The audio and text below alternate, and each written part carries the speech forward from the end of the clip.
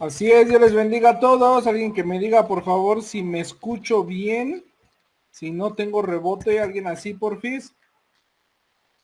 Pues está Bernard diciéndome que voy bien. Déjame cierro la puerta porque hace un friazo aquí. Bueno, no tanto. Solo que me confieso que ando descalzo y me empieza a enfriar los pies. Entonces, vamos a comenzar el día de hoy. Está por allá, vemos a la despeinada de mi abuelita. Dios te bendiga, güey. Seguro está mi mamá también por ahí.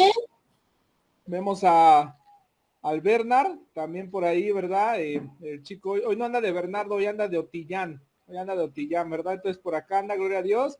Está mi hermosa mujer, por acá, por ahí está escuchando el estudio y va a dormir al güero en lo que está escuchando el estudio. Y está la amiga más fiel, ¿verdad? Que es Cristi. Siempre conectada por acá, ¿verdad? Disfrutando de las reuniones. También le damos gracias a Dios por eso, por la vida de cada uno. Sabes si ahorita se conecta a este Marco, esta Cari. Están ellos teniendo problemas con las reuniones, ya que no están teniendo internet. Yo estamos orando por ellos, porque por ahí también andan encontrando otro hogar, ¿verdad? Donde tengan un poco más de espacio, estemos orando. Si ven algo por ahí, pues ya les podemos hacer la invitación. Bueno, el día de hoy no hay video de Vibra Project porque lo pasamos el domingo antepasado. Dijimos que ya no lo íbamos a repetir porque el video repetía, mencionaba los dos libros, ¿no? Eran los dos libros que mencionaba. Entonces no lo vamos a repetir. Recordemos en Primera de Reyes lo que vimos. Empezamos el tiempo de la teocracia, ¿no? Seguimos el tiempo de la teocracia donde dejamos en primera y segunda de Samuel el tiempo de reino dividido, perdón, el reino unido, que fue los tres primeros reyes, que fue el rey que pone Dios porque el pueblo pide rey. De ahí viene David, es desechado Saúl, ya lo vimos, ¿verdad? De ahí viene David. En segunda de Samuel, pues bueno, vemos la historia de David más a fondo. Y en primera de Reyes vemos a Salomón, el reinado de Salomón, ¿verdad? Cómo inicia bien, pero termina teniendo algunos problemas.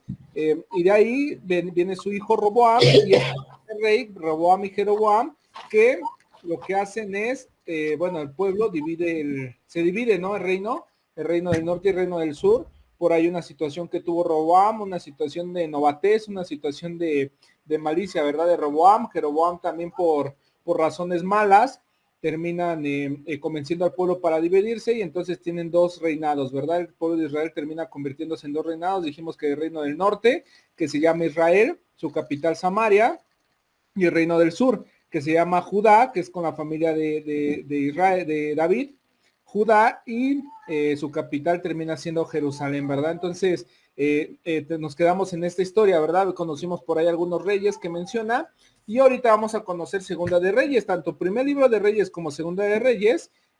Vamos a ver a Jesús como Él es nuestro rey que gobierna, ¿no? Nos presenta la Biblia a Jesús como nuestro rey que gobierna.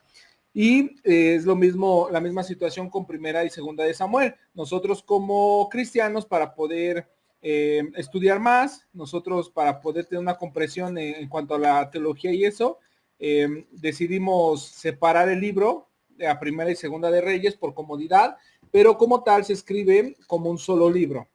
Y eso es lo que ahorita vamos a tomar un poquito, ¿no? Más allá. El significado, bueno, el significado es el segundo de los dos libros, titulado por los reyes de Israel y de Judá, registrando las historias de los mismos.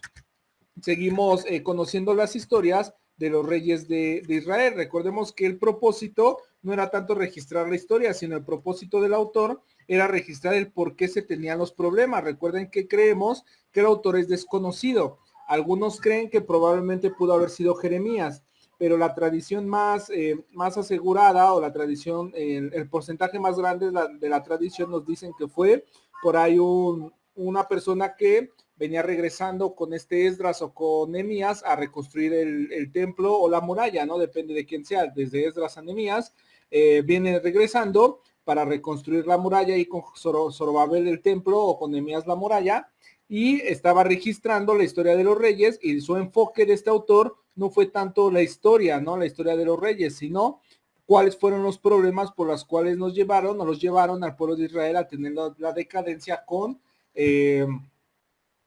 Babilonia, ¿no? Como dicen que Dios trajo a Babilonia por una reprensión que tuvo Dios con Israel. Entonces vamos a ver los problemas que se tuvo con los reyes, ¿no? Una fecha aproximada es del 600 al 575 antes de Cristo. Ya cambió un poquito, ¿verdad? Con Primera de Reyes. Bueno, esto es porque va avanzando. Años cubiertos. Aquí, perdón, aquí se me fue un error de dedo. Son 250 años aproximadamente. Son 125 en el libro de Primera de Reyes.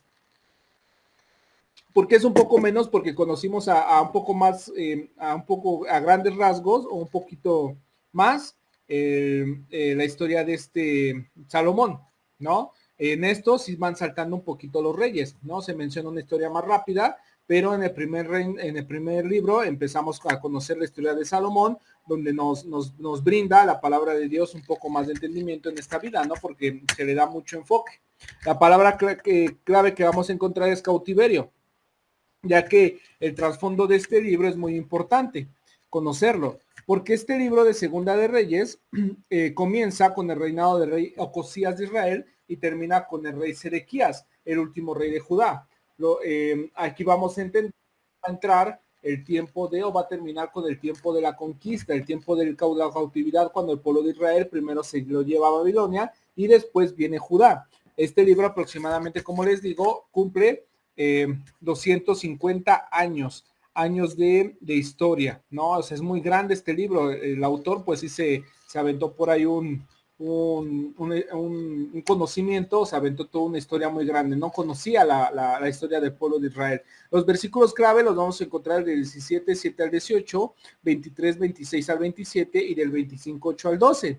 Personajes clave, vamos a encontrar Eliseo. Aquí yo también incluiría Elías. Eliseo, claro que tuvo relevancia, pero también tuvo mucha relevancia Elías.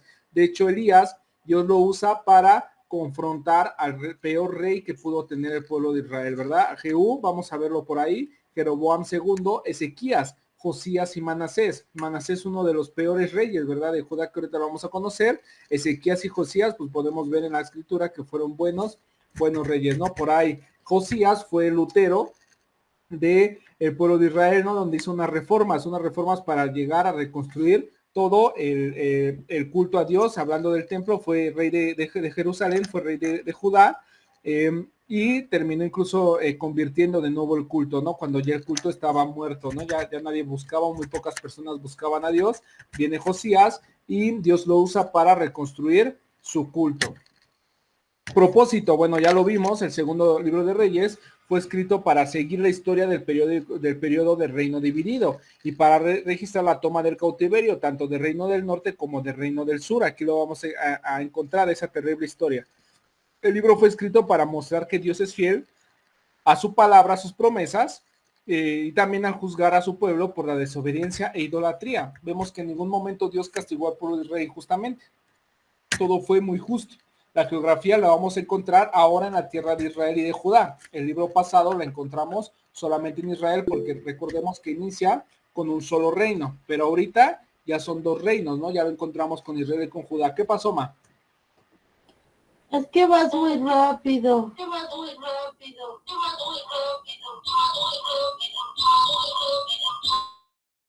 Perdón, se te escucha muy mal tu cel, es porque a lo mejor tienen los dos conectados. Puedes bajarla a uno porque se rebota el audio. Es que vas muy rápido. Ah, ok.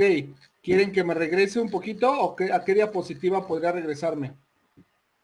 A la anterior. Ah, ok. A ver, bueno, quiero pensar que estás anotando, ¿verdad?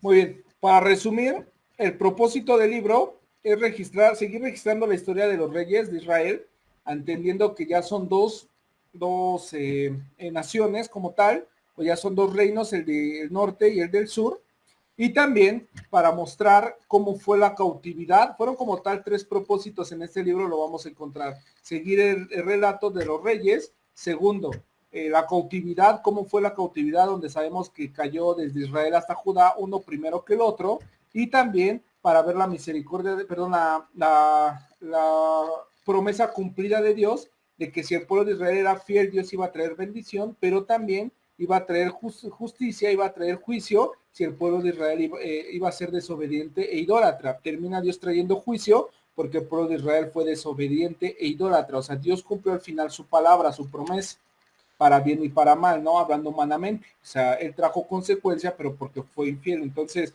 vemos estos tres propósitos en el libro de Segunda de Reyes. ¿Ya puedo cambiar? Creo que me hizo con su manita que sí. Muy bien. La geografía, como venimos mencionando, es la tierra de Israel y la tierra de Judá. Como decíamos, ya son dos reinados, ¿no? Ya son dos reinados que por ahí andan, ya no están como uno solo, como lo vimos en Samuel, como lo vimos al inicio de Primera de Reyes, con el reinado de Salomón. Ahora ya son dos reinos, ¿no? La tierra de Israel y la tierra de Judá. Y ahora sí, vamos al bosquejo. Vamos a encontrar tres partes, del capítulo 1 al 10, vamos a ver la historia de Israel, o sea, del reino del norte. Recordemos que fueron dos reinos. Después vamos a encontrar la historia de Israel y de Judá en el reino dividido del capítulo 11 al 17.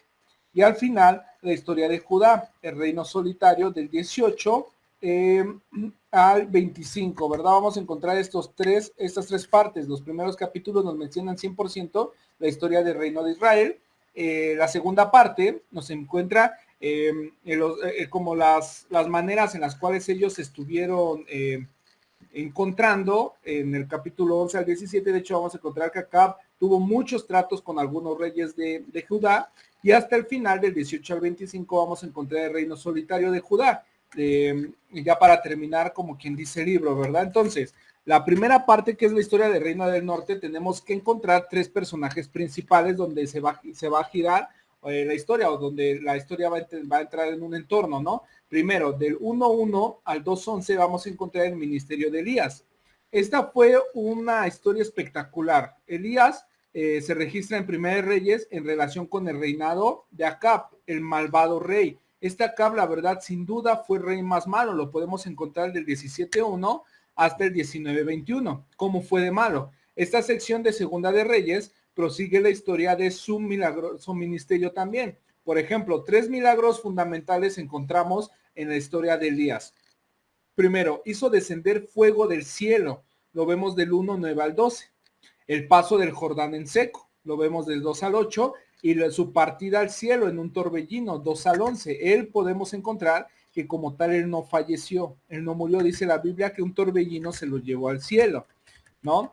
Vemos el ministerio de Eliseo, su sucesor o su discípulo de Elías. El ministerio de Elías, como lo vemos, fue transmitido a Eliseo. Ahora debía afrontar los difíciles tiempos de la decadencia espiritual y moral en Israel. El ministerio de Eliseo, que duró alrededor de medio siglo, tuvo un gran efecto sobre la gente de su tiempo. Su influencia fue significativa sobre los hijos de los profetas, un grupo de hombres instruidos en Betel y en Gilgal, dice la Biblia, para servir al Señor en el reino del norte. Influenció a la gente mediante los milagros que obró, el doble de los hechos de Elías. De hecho, una de las cosas que él pide fue doble responsabilidad de Elías o doble manifestación de Elías. Si vamos a ver como tal, si Elías aproximadamente hizo cuántos milagros fuertes o milagros generales, 3, Eliseo hizo el doble, imagínate. Su influencia se extendió más allá de los límites de Israel. Si Elías fue más que nada en el pueblo de Israel, Eliseo fue más allá del pueblo de Israel y fue conocido y respetado no solo en Israel y Judá, sino en Siria. Fue un profeta levantado en tiempos muy difíciles. Si alguien sabe de tiempos difíciles, si alguien sabe de apostasía, es Eliseo, ¿verdad? Nos vamos a identificar mucho tal vez con él en estos tiempos de la iglesia. Después vamos a conocer en este tiempo el papel de Jehú, del 9.1 al 10.36. El último acto registrado de Eliseo fue enviar a uno de los hijos de los profetas para ungir a Jehú, capitán del ejército del norte, hablando de Israel. Él tenía que ser el siguiente rey de Israel, lo vemos del 9.1 al 3. Jehú recibió instrucciones de destruir a toda la familia de Acab. Fue Dios quien lo levantó para un ministerio, destruir a toda la familia de Acab, ya que Dios había traído grandes consecuencias con Acab y vengar a los profetas muertos del Señor. Recordemos que tanto Acab y su perversa mujer Jezabel mataron a muchos profetas de Dios. Con un abierto celo, Jehú aniquiló a toda la casa de Baal y erradicó el baalismo de Israel. Lo podemos ver del 9:7 al 10 y del 10:10 al 28. Por su obediencia, Dios prosperó a la dinastía de Jehú, haciendo que fuese la más duradera del reino del norte. Pero por cuanto Jehú no eliminó también a los becerros de oro de Israel, la bendición fue limitada. Lo encontramos del 10:29 al 31. Clásico que pasa lamentablemente en el ser humano, como dice el perro Bermúdez, era tuya y la dejaste ir, ¿verdad? Por alguna necedad, por algún miedo, por algo que sucedió ahí, ¿verdad? Entonces eso lo encontramos en toda la escritura con lamentablemente muchos hombres que incluso iniciaron bien con Dios. Esto es de perseverancia, es lo que ahorita estaba platicando con alguien, ¿no? Entonces el primer tiempo o los primeros capítulos, la primera división, que es la historia del reino de Israel, vamos a encontrar los tres personajes principales, que es Elías, el profeta maravilloso que ahí confrontó a Acab, hizo 3 milagros. Eliseo después viene, que se extiende totalmente más la profecía de Dios, los profetas de Dios, levantado en un tiempo difícil, y después Jehú, que elimina a toda la, y erradica a todo la maldad que dejó la casa de Acab para poder empezar desde cero, pero lamentablemente no obedeció a Dios al 100%. ¿Hay alguna pregunta hasta aquí?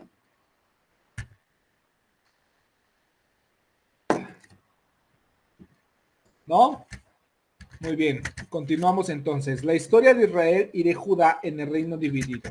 Aquí vamos a encontrar primero, bueno, tenemos que dividirlo en dos. Como es una parte que menciona las dos naciones, tenemos que dividir primero qué pasó en el reino del norte. Todos los 9 reyes que gobernaban Israel antes de la cautividad eran adoradores al becerro de oro. O sea, tenemos que entender una regla importante, que en Israel, escuche esto, no hubo un rey bueno. O sea, podemos pensar que Jehú, pero ¿cómo terminó Jehú? O sea, su corazón nunca fue 100% a Dios. Encontramos algunos muy buenos en Judá, algunos que como Josías trajeron reforma, que como Ezequías obedecieron a Dios. Hubo otros también muy perversos como Manasés. Pero dices, bueno, al menos hubo reyes que obedecieron a Dios de la dinastía de David. Algo que conocimos en el libro pasado es que los reyes de Israel en los libros pasados se iban matando. Era algo perverso porque, por ejemplo, en Judá se iban pasando entre generación por la promesa que Dios le hizo a David de que siempre iba a haber un rey en el trono, ¿no? Y siempre Dios lo cumplió. Pero en Israel no, en Israel se iban matando. Jeroboam tuvo a su hijo y mataron a su hijo para otro quedarse con el reino. O sea, siempre fue algo muy perverso. Siempre hubo reyes perversos en Israel. En Judá hubo algunos buenos. Todos eran adoradores del becerro de oro. Todos ellos fueron malos, hablando de estos 9 reyes, también los antiguos, ¿verdad? Pero estos 9 reyes fueron malos, en especial porque adoraron todos al becerro de oro. Ninguno de ellos agradó a Dios. Los 9 últimos reyes se destaca uno, que fue Jeroboam II. Fue el cuarto rey de la línea de Jehú. Reinó 41 años y dio una cierta prosperidad y victoria a Israel. Extendió los límites de Israel, recuperando mucho territorio que se había perdido hacía mucho tiempo.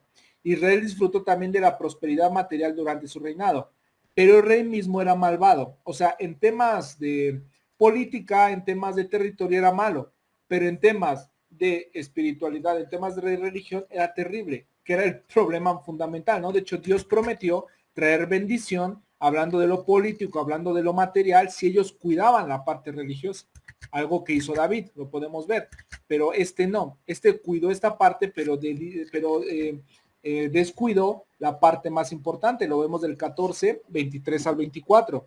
Su reinado es particularmente importante porque es el trasfondo de los 3 profetas de Dios, Amós, Oseas y Jonás. Eso lo vamos a conocer mucho después, hermanos, ahí toma nota. Es el trasfondo de Amós, Oseas y Jonás. Vamos a tener que regresar un poquito a esta historia cuando toquemos estos profetas. Los años de prosperidad se desvanecieron rápidamente y sobrevino lo inevitable. En el 721 a.C., durante el reinado de Oseas, el Señor llevó a los asirios contra Israel. Durante 2 siglos, Dios había tolerado sus vidas malvadas e idolátricas. Cuando no respondieron a los profetas que les eran enviados, fueron juzgados.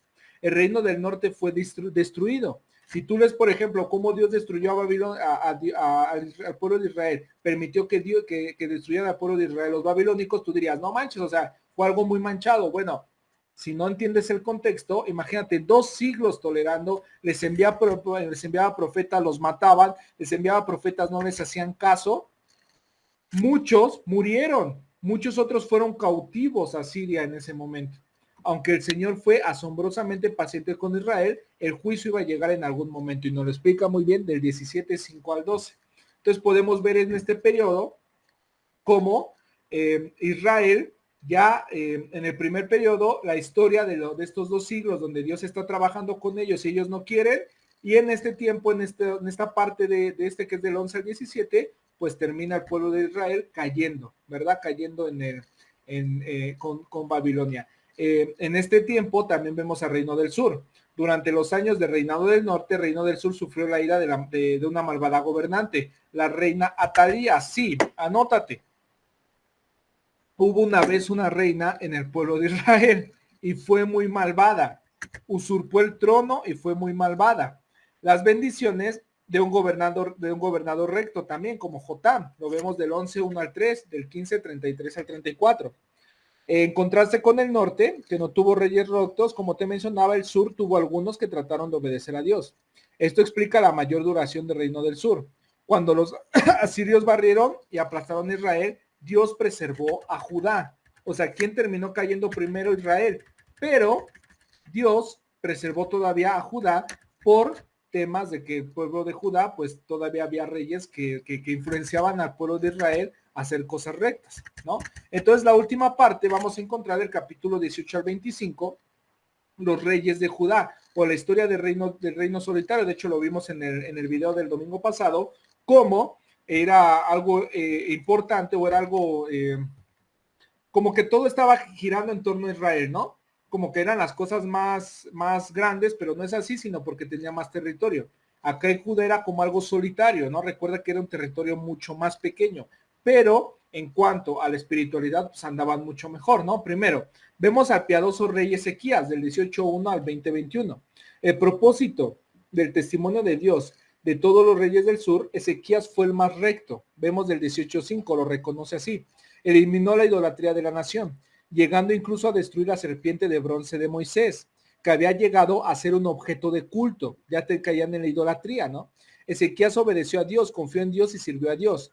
Dios le honró por ello. La gran prueba de Ezequías llegó con el pero poderoso ejército de Asiria cuando asedió a Jerusalén, extendiendo su rendición. Ezequías rogó al Señor que le diera liberación.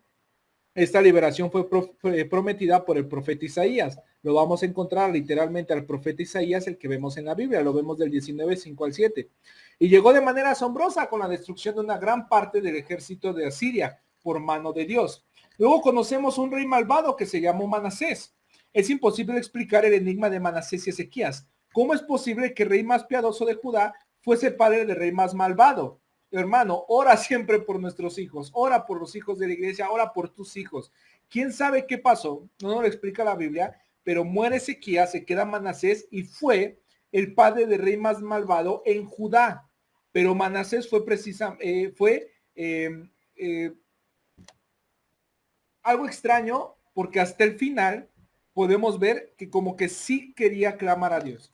Tan grande y penetrante fue su pecaminosa vida, procuró, bueno, Dios prometió por esta vida una sentencia sobre Judá, y de hecho fue ya irreversible por cómo se comportó Manasés. La nación estaba ahora abocada al cautiverio. El mal hecho de Manasés quedó tan profundamente arraigado en Judá que la cosecha de la maldad era cosa segura, y seguro el cautiverio. O sea, Dios determina que iba a traer ya no solo cautividad para Israel, sino para Judá por culpa de Manasés. Lamentablemente, este rey fue el más malvado.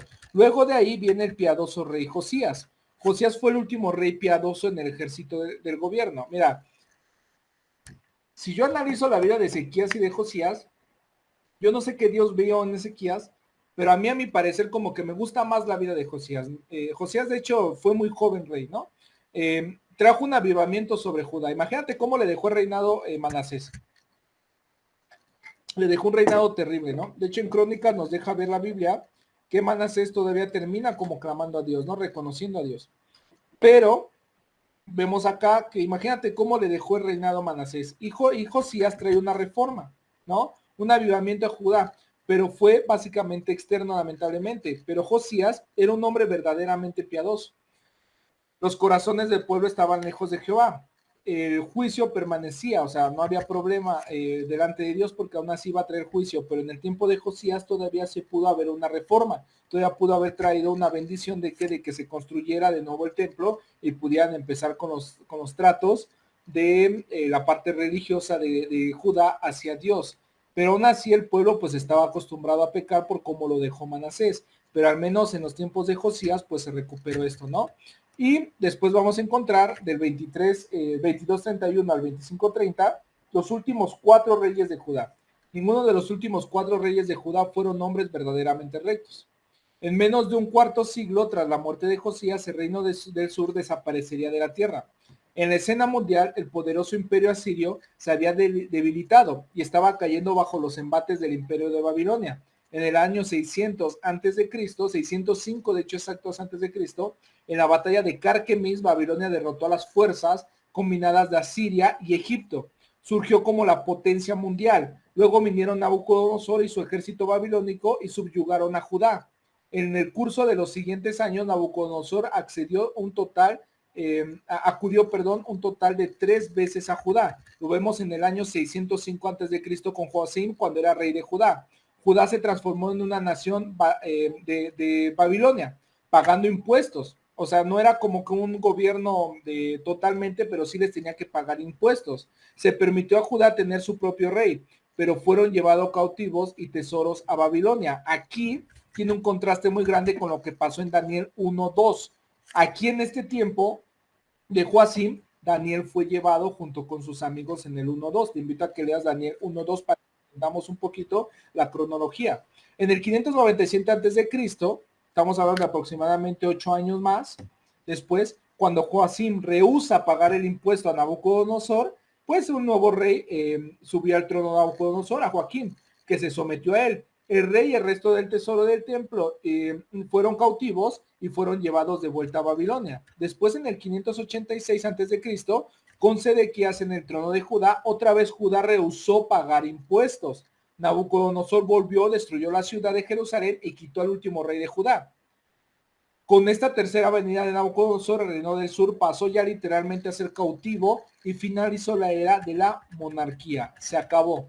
Recuerden cuál era la era de la monarquía de los reyes de Judá. Se acabó en esta tercera. Como quien decía, nuestra esperanza estaba en Judá, pero de lo mismo, Judá termina cayendo. Después del tercer aviso, todavía Dios es bueno con ellos, les dice, sabes que nada más pagarles impuestos, pero ellos se rebelan, y en el tercer aviso, como dirían por ahí, la tercera es la vencida, pues terminan cayendo completos en Babilonia, lamentablemente, por tanta idolatría. Vemos, vamos a hacer un tema general, ya para terminar esta parte y pasar a los comentarios.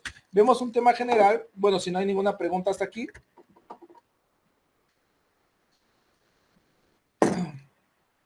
Muy bien, un tema general. Vemos 3 primeros reyes, que es Saúl, David y Salomón. De hecho, a ver, espérenme tantito, rápidamente.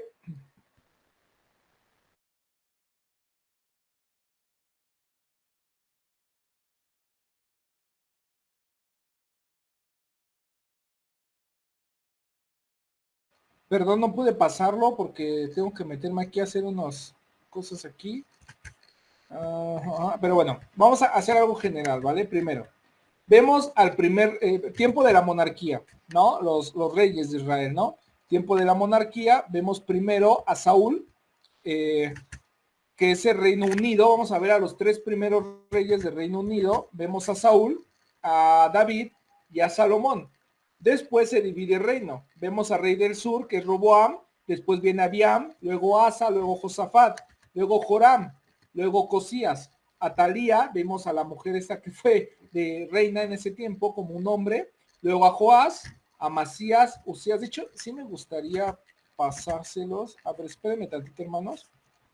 Sirve que van, denme 5 segunditos. A ver si me deja esto aquí. Que sí me gustaría, porque así como que se los esté mencionando, pues como que no, siento que... A ver, déjenme ver aquí, déjenme, me meto en el de Pablo. Corre, corre, corre, perdón, es que la computadora de repente se me traba. A ver, aquí está.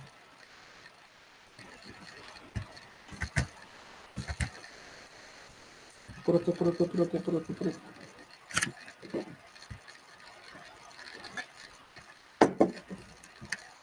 Espérame tantito, hermano, no se me duerman, ya vamos a terminar. Ya son las 9:44, hermanos, perdón. Me tardó un poquito esta vez. De hecho, ni siquiera vimos video, pensé que íbamos a acabar antes, pero sí era bueno terminar este tema, centrarlo un poquito más. A ver, vamos a apagar esto. Y si me quiero conectar, solicitar unirse. Apúrate. Voy a dejar de copiar pantalla, permitir. No tiene presentación.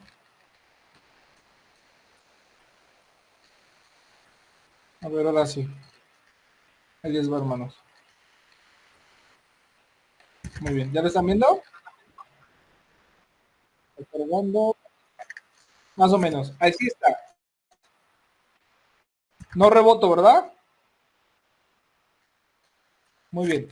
Tenemos, por ejemplo, si se fijan en la parte de arriba, se ve el rey que es Saúl, David y Salomón, cuando tuvo de Israel se mantenido. Luego se divide aquí con Jorobam y con Jeroboam. Roboam fue el Salomón, y Jeroboam fue el que hizo por ahí la jugarreta, ¿verdad? Convence al pueblo de dividirse. Después de Roboam, que es Jerusalén, Judá, vienen Abiam, Asa, Josafat, Joram, Osías, Benatalía, Joás, Masías, Usías, Jotam, Acaz y Ezequías. Y aquí, como el tiempo de lo que vimos de parte de todo Primera de Reyes y parte de Segunda de Reyes, pero tiene ya la parte de Reino Solitario, donde Israel ya está en Babilonia conquistado y aquí todavía está Judá. Viene Ezequías, Manasés, Amón, Josías, Joaquín, estos son los reyes, ¿se acuerdan que no quieren? De hecho, Joacim, el que no quiere pagar los impuestos, y luego viene Joaquín y Sedequías, ¿verdad? De ahí literalmente el pueblo de Babilonia se lleva a Judá, también a la cautividad. De reyes del norte vemos que todos fueron malos. Tenemos a Jeroboam, a Nadab, Basa, Ela, Simri, Omri, Tibni, Acab, Ocosías. De hecho, aquí está Acab, con el 22, Acab. Este fue terrible, ya vimos que se casó con Jezabel y fue horrible. Aquí en este tiempo estuvo Díaz, Ocosías, Joram, Jehú, este fue el que le destruyó toda la dinastía, no es decir, acá, Joacás, Joás, Jeroboam II, Zacarías, Saúl, Manahem, Peca y Oseas. Recuerden que Oseas fue ya cuando se llevó Nabucodonosor, eh, reino de Israel, ¿verdad? El reino del sur, del norte, perdón. Entonces, bueno, estamos terminando, hermanos. Esto es más o menos el tiempo de la monarquía. Ahora sí, quisiera, hermanos, escucharles brevemente. Somos varios, tenemos 13 minutos. Entonces, brevemente, hermanos, que me platiquen qué aprendimos de la monarquía, hermanos, del tiempo de los reyes de Israel. ¿Qué Dios nos deja en nuestras enseñanzas personales estos tiempos de Israel? De la monarquía, ¿verdad? Vimos la teocracia, perdón, sí, la teocracia donde Dios gobernaba, lo vimos ahí en Jueces, vimos primero el tiempo de la peregrinación, ¿no? De Israel, allá en Génesis, luego vemos el tiempo del desierto, ¿verdad? Allá de la salida de Egipto, ahí y también un poco de peregrinación los 40 años, después vemos el tiempo de la conquista con Josué, luego vemos el tiempo de la teocracia con los jueces y luego el tiempo de la monarquía donde Israel pide rey. ¿Qué nos deja? ¿Qué nos deja de enseñanza la palabra de Dios en este tiempo, hermanos? ¿Quién así?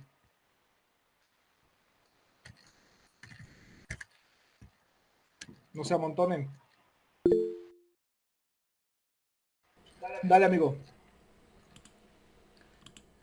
Eh, pues hay bastantes cosas, algunas que a mí me llaman la atención bastante es el que cada rey que hubo, tanto para Israel como para Judá, eh, tenían cualidades, tenían defectos, debilidades y como comentaba yo la vez pasada, como que Dios permite que estas cosas sucedan para que nosotros vayamos dándonos cuenta de que cada persona que estuvo en el poder, por así decirlo, a veces unos buenos, unos malos, tenían sus defectos y virtudes, igual como que nos deja la muestra ahí de que nosotros tal vez podemos ser de una forma o de otra, pero siempre tenemos que tener la mirada puesta en Dios. Eso con referencia a los reyes.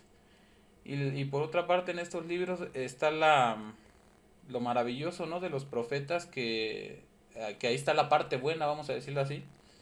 Que siempre ellos que buscaron sobre todas las cosas, sobre todos los problemas que había en esos tiempos, ellos que buscaban la presencia de Dios y que no se alejaban de él, pues siempre Dios como que los ponía en un lugar especial y siempre los guiaba y los dejaba pues mostrar sus maravillas a través de ellos, ¿no? Como que está esa, no sé si me explique bien, pero como que es una balanza, ¿no? De que por un lado estaba lo complicado, lo feo, lo pésimo o tal vez lo no tan espiritual y por otro lado también estaba lo espiritual. También me llama un poco la atención, por ejemplo, cómo vienen ocupando el poder los reyes tanto de Judá como de Israel. No sé si me puedas poner otra vez la imagen que pusiste al último del el PDF de cómo venían los reyes. Me llama la atención porque, por ejemplo, ¿cómo se llama la reina que mencionaste? Y, y ¿cómo se llamaba? Atalía. Atalía. Atalía, por ejemplo, se decía que era hermana o era hija de Acab. Y me llama la atención porque, por ejemplo, creo que Atalía llegó a ser reina de Judá, pero Acab llegó a ser rey de Israel, ¿no? Entonces ahí como que me gustaría indagar un poco más en ese aspecto, porque uno de un lado y otro del otro. Y sabiendo que, o por lo menos la historia dice que o era su hija o era su hermana, entonces ahí Sí, algunos creen que era su hija y otros creen que era su hermana. Sí, entonces esa parte sí, me gustaría investigarla, por qué motivo, como que dice uno, como que debería de seguir, ¿no? La misma línea que traía acá, por ejemplo, si era su hija o si era su hermana. Pero no, uno fue rey de un lado y otro fue reina de otro lado, ¿no? Eso yo creo que es sí, para escarbarle un poquito más.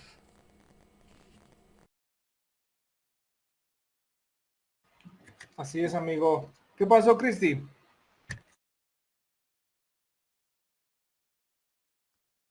Hola, buenas noches a todos. Bueno, pues yo sigo aquí y todavía no termino mi segunda de Samuel. Ahí voy un poco lenta, pero lo que dicen que, bueno, preguntas, ¿no? ¿Qué nos enseña o qué nos dice Dios en este libro, ¿no? En su palabra a través de este libro. Bueno, pues todos sabemos, ¿verdad? Que Samuel empieza pues hablando sobre el reinado de David, ¿no? Pero yo lo que veo aquí con todos los reyes que pasaron, yo lo que puedo percibir es que Jehová es amoroso, bondadoso y misericordioso y cumple sus promesas con todos aquellos que le son fieles, los que cumplen su palabra. Más al contrario, con los que se alejan de él, pues les trae las consecuencias grandes también, ¿no? Entonces podemos ver a un Dios piadoso, pero también un Dios celoso que podríamos decir que despierta su ira, ¿no? Contra aquellos que conociéndolo no cumplen sus mandatos. Y pues aquí en esa de segunda de Samuel, pues nosotros vemos cómo David se desvió, ¿no? Tan feamente junto con sus hijos, porque pues también sus hijos fueron malvadillos. Perdón, no encuentro las palabras, pero también sus hijos fueron pues muy malos gobernadores, ¿no? Muy malos reyes. Entonces, pues ahí podemos ver la tragedia que acarrea, ¿no? El el andar con tibiezas, ¿no? O el perderle el temor a Dios. Yo considero que, bueno, eso ya es algo muy personal, ¿no? Yo considero que a veces nosotros, quitamos, quitamos esa visión de un Dios poderoso, de un Dios vivo y de un Dios superior, ¿no? Que está en los cielos. Y entonces a veces lo creemos tan cercano a nosotros que lo vemos como un amiguito y entonces empezamos a no tenerle ese temor. Que aquí en este libro de Reyes, pues a muchos de ellos así les aconteció, ¿no? Entonces, pues yo creo que el aprendizaje de este libro es precisamente eso, ¿no? Que que nosotros estemos conscientes de que como hijos de Dios, pues debemos esforzarnos, ¿no? Pero esforzarnos valientemente, ¿no? O sea, no un esfuerzo superficial, sino un esfuerzo profundo y valiente en el cumplimiento de la palabra de Dios, porque sabemos que el galardón va a ser enorme, ¿no? Y también pues igual, si nosotros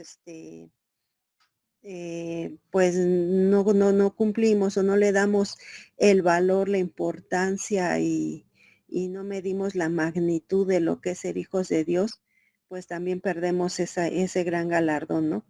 Entonces, esto a mí me lleva como aprendizaje, pues esforzarme con valentía y pues no, pues no desistir, ¿no? No dejarme engañar nada más creyendo que mi padre es amoroso, ¿no? Nada más eso. Así es, ¿verdad? Eso es así.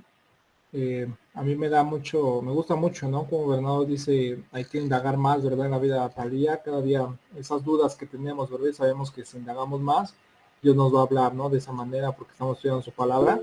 Y también lo que menciona Chris, ¿no? Es algo muy importante, el tema de eso, de que decimos, hijo de Dios, pero ¿por qué pasa eso, no? Que como que se alejan y les va mejor. Y Dios dice, no, está siendo paciente, ¿no? Como lo fue con el pueblo de Israel, mandándoles profetas, hasta que al final del día eh, pasan las cosas, ¿no? Y nuestro deseo de como cristianos nunca debe de ser que sí le pase, ¿no? No, sino que en verdad hagan caso a los profetas, que hagan caso a las señales de Dios, a quien Dios manda para que nos regrese, ¿no? Al camino.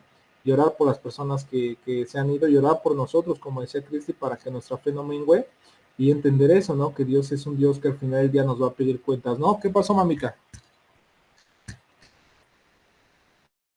Bueno, a mí me llamó mucho la atención, la parte de que sabemos que las autoridades pues están, siempre puestas por Dios, ¿no? Pero no por eso no fallan, ¿no? Tienen, debilidades y también pues hacen cosas malas, ¿no?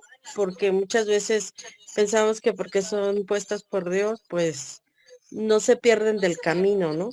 Además de que es un ejemplo claro con David, ¿no? Que estando tan cerca de Dios, por el emocionalismo, fue permisivo con sus hijos. Él permitió que sus hijos pues no hicieran las cosas que en la ley decía, ¿no? Entonces, ahí nos muestra también que tanto gente muy importante como nosotros como padres y eso, cuando nos alejamos o no tomamos la dirección de la palabra de Dios, siempre vamos a tener tropiezo, siempre vamos a tener algo que no está bien, ¿no? Entonces, igual también me llama mucho la atención la parte de la necedad del pueblo, ¿no? Porque pues, casi todos los libros ahorita que hemos visto, pues veían las grandezas de Dios y todo, y aún así desobedecían, aún así se iban más a lo fácil, ¿no? A lo fuera de Dios. Entonces, a veces aquí yo creo que nos pasa mucho. Entonces, sí, sí es un libro de mucha riqueza y de mucho, aguas, ¿no? Cuidado, tú le das tantita entrada al enemigo y puedes perder todas las bendiciones o los galardones que Dios te había ya dado. Así es, ¿verdad? Un dato muy importante el tema de las autoridades, ¿no? De hecho, en el Nuevo Testamento lo vemos como el apóstol dijo, ¿no? Honren a las autoridades, obedézcanlas, ¿no? Es una de las cosas más difíciles de entender, que nos deja ver la Biblia, ¿no? Que al final del día eh, todos tenemos responsabilidad, ¿no? De buscar a Dios y Dios pone esas autoridades, eh, pero hay cosas que van en contra de Dios que no podemos decir que están bien, ¿no? Y que no por eso quiere decir que tengan una vida intachable si Dios los puso, ¿no? Al final del día Dios los pone porque es necesario. De hecho lo hace por amor a nosotros. Si quitamos la autoridad, aunque sean malas y perversas, al menos hay leyes, ¿no? Que están puestas esas autoridades para esas leyes. Seríamos como, no sé si han visto la de La Purga, de una película con un pensamiento muy demoníaco, de les dan un día para hacer lo que ellos quieran, ¿no? Y hacen lo que quieren, matan, violan lo que quieren, ¿no? Entonces, yo no recomiendo esas películas, la verdad, yo la vi porque me dijeron que era de acción, pero la verdad la quité viendo la ideología que tiene, ¿no? Porque es algo muy demoníaco, uno pensaría que muy demoníaco es como la del exorcista y eso, no solo eso, o sea, de hecho no, es más demoníaco estos pensamientos y al final del día, si vemos así desde un punto general, Dios pone estas autoridades para también cuidarnos, porque al final serán malos y todo, no creerán en Dios, son corruptos y todo, pero hay que orar por ellos, porque Dios los pone para que nosotros no nos convirtamos como esto de la purga, ¿no? Toda la vida, ¿no? Entonces al final del día Dios ha sido bueno con nosotros y como dice mi mamá, y tiene mucha razón, hay que obedecer a estas autoridades, pero estas autoridades muchas veces se equivocan y lo que nos queda a nosotros es orar por ellos y también pues en lo que se puede obedecer lo que nos piden, pagar impuestos y todo, aunque sabemos que hay cosas que están haciendo mal, ¿no? Pero bueno, ¿o alguien más? ¿Ya no hay nadie?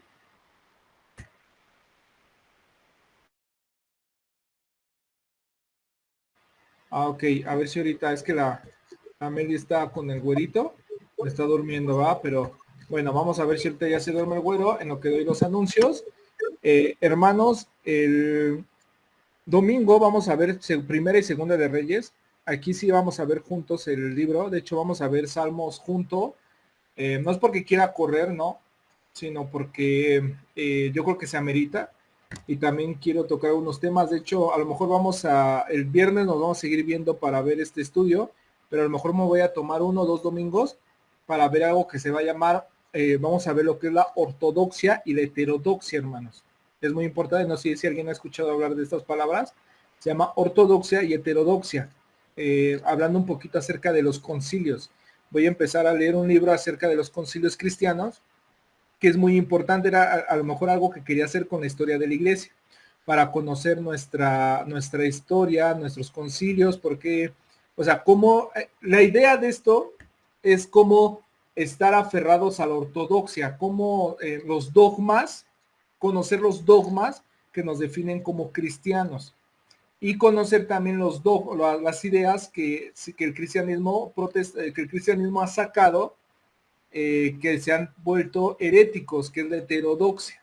O sea, por ejemplo, la Trinidad, algunos dogmas que son difíciles de comprender, que ya se venían estudiando en la antigüedad, ¿no? Con los hermanos, o sea, conocer más que nada nuestros dogmas para saber el por qué creemos que, por ejemplo, es herético los cristianos, estos testigos de Jehová, mormones, incluso católicos, también los unicitarios. ¿Por qué? Hermanos, tenemos un problema de tibieza espiritual en muchas iglesias. La verdad es que amo a mis hermanos pentecostales, pero el problema es de que a veces somos muy flacos teológicamente, ¿no? Estamos muy acostumbrados de las cosas como más, y no está mal, ¿no? Al final del día está bien, que son la parte más evangélica, ¿no? Las alabanzas, el sentir bonito, el sentir la paz con Dios, y está bien, pero no debemos de descuidar también la parte de los dogmas, la parte religiosa, la parte de la teología, ¿no? No debemos de descuidarla porque si no cada quien haga lo que quiera, no, hay leyes que cuales sí tenemos que seguir nosotros, que son los dogmas. Una cosa es las doctrinas y otra cosa son los dogmas, y esto nos lo va a decir la ortodoxia cristiana. De hecho, te lo adelanto un poquito. Algo que reclamó Lutero es que reclamaba la historia. Él decía, ¿sabes qué? Yo reclamo la historia. O sea, le decía, no, Lutero, tu idea es una innovación de doctrinas, es como que se está formando las doctrinas. Dijo, no, yo me estoy acercando a la ortodoxia, a los primeros años de la iglesia, a los 300 después de Cristo y eso. Él empezó a reclamar eso, diciendo, yo me estoy acercando a San Agustín, yo me estoy acercando a este Clemente, ¿no?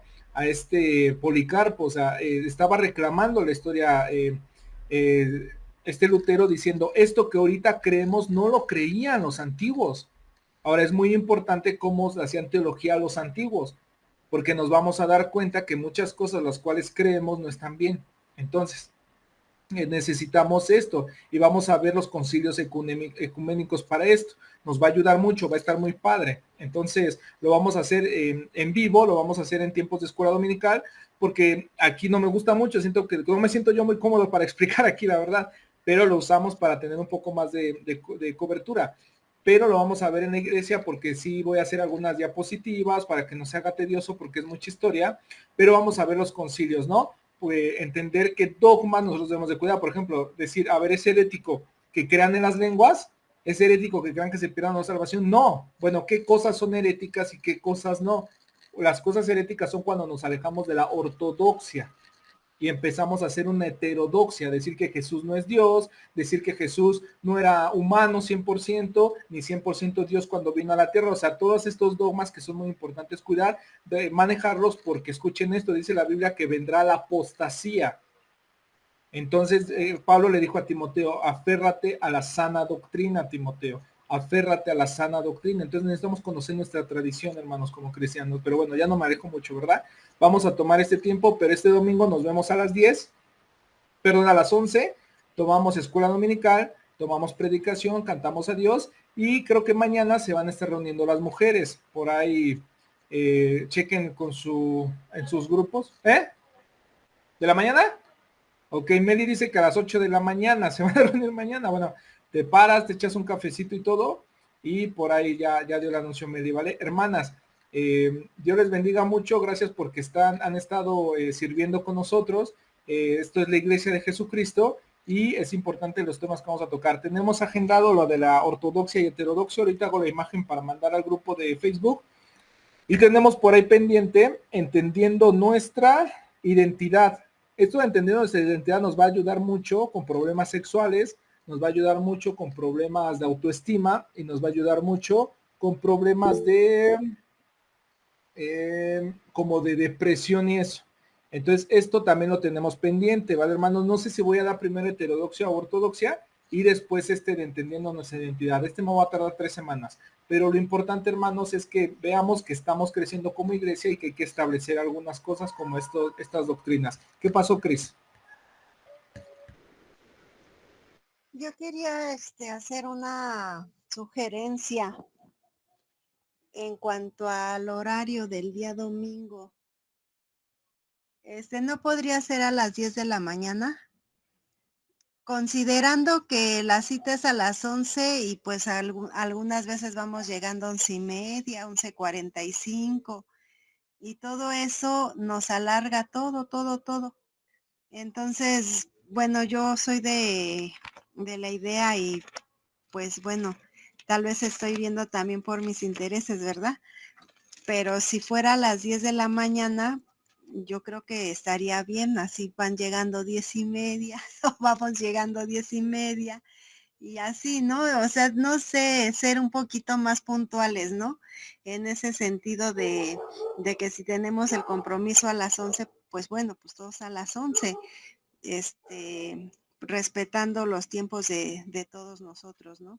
Pero pues bueno, yo en lo particular quisiera, si se pudiera, que fuera a las 10, este, para poder, pues compartir un poco más de tiempo cuando terminamos nuestro culto, nuestra alabanza, y poder convivir un poquito más tiempo, porque, bueno, mis tiempos, yo sé que todos tenemos tiempos apretados, pero a mí me gusta mucho el convivir con ustedes después de todo nuestro estudio y de nuestra alabanza. Es algo que a mí me llena mucho el convivir con ustedes, y hay algunas ocasiones en donde es muy poquito tiempo y por mis deberes tengo que salir corriendo para casa, pero es una sugerencia nada más. Gracias.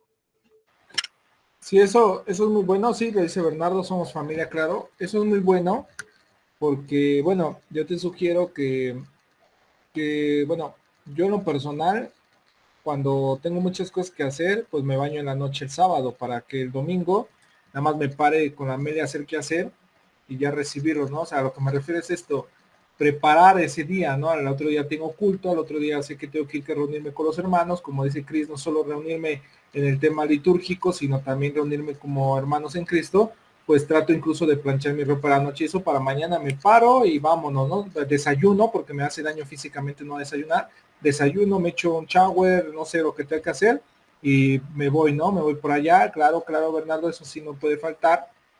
Me voy para allá, ¿no? A la iglesia, ¿no? O sea, sí tratar de como que organizarlo más que nada, ¿no? Pero sí, si alguien no tiene ninguna objeción, que sea a las 10 de la mañana, porque al final ya nos reunimos a las 10 de la mañana, porque a las 10 de la mañana es el escuela dominical, ¿no? Entonces, si nadie tiene algún detalle, algún tema, pues a las 10 de la mañana nos vemos, como ven. Yo no tengo problema, pues yo nada más tengo que tomar el suburbano y el metro para ir a la iglesia. No, no es cierto, es broma, yo vivo aquí, ¿no? Entonces yo soy el menos afectado, pero no sé ustedes. ¿Qué pasó, Bernard? Yo nada más quería comentar algo rapidito. Bueno, ya he faltado 2 domingos, la verdad es de que me han salido ahí algunos asuntos, no es que no quiera yo ir, al contrario, mi corazón está ahí siempre. Y creo que este domingo también no voy a poder asistir, es el cumpleaños de Julieta. El cumpleaños es mañana, pero al parecer le van a celebrar ahí con sus abuelitos, y el domingo ella quiere que nos la pasemos juntos, y yo le decía, hija, por favor, tengo que ir a la iglesia, y esto decía, "Ah, por favor, papá". Entonces, no sé, me siento mal porque ya falté 2 domingos, pero si en algún momento llego a fallar este otro domingo, pues de antemano no es que no quiera ir, sino que simplemente tengo también la parte que cuidar ahí el asunto con mi hija, ¿no? Nada más era eso, nada más era eso.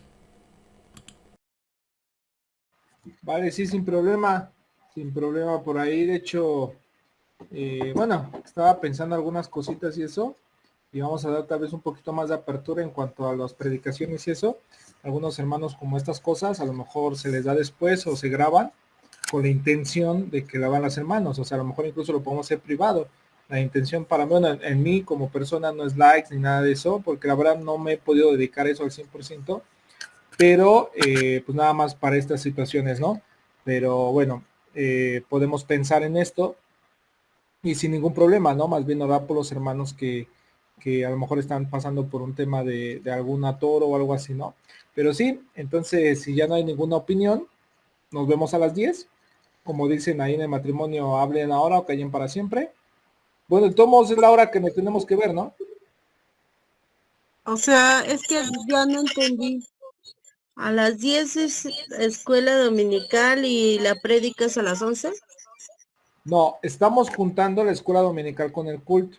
De hecho, nos reunimos, cantamos una canción, tenemos escuela dominical, luego cantamos 2 canciones, bueno, quien dirige decide cuántas canciones y luego predicación. Entonces, a las 10 iniciamos con la canción, oramos para la bienvenida del culto, escuela dominical y, o sea, a las 10 nos reunimos para todo. ¿vale? De hecho, por ahí no sé, le toca a Cari dirigir, no sé si ella vaya a dar tiempo de café, ¿no? Pero acostumbramos en medio para saludarnos, para cotorrear, aunque sea unos 10 minutos, echarnos un cafecito y ya sentarnos para la predicación. Híjole, Entonces, pues bueno, quiero pensar que no es muy gravoso, porque al final del día siempre nos vemos a las 10, ¿no? Entonces, bueno, pues ya sería todo. Dios les bendiga. Recuerden estar orando. No sé si la siguiente semana empiezo con heterodoxia o ortodoxia. Me voy a aventar, yo creo, una clase sobre eso. Heterodoxia o ortodoxia. Voy a tratar de terminar ese libro que está muy interesante esta semana. Ya prepararlo el fin de semana que viene. Y yo creo que en una semana lo voy a preparar para un rato, una hora. Ya si no me da, pues ya lo agregamos a 2 horas, pero estén orando por eso. Después yo creo que a principios de abril tenemos el tema de la identidad, pero estén orando en todo momento para estos tipos de estudios, no se los pierdan. Y pues si ya no hay nada más que decir, pues Dios les bendiga. Este domingo vamos a ver la herramienta para dejar de pecar, ¿vale? Entonces cuídense mucho, Dios les bendiga y estoy para servirles. Nos vemos pronto.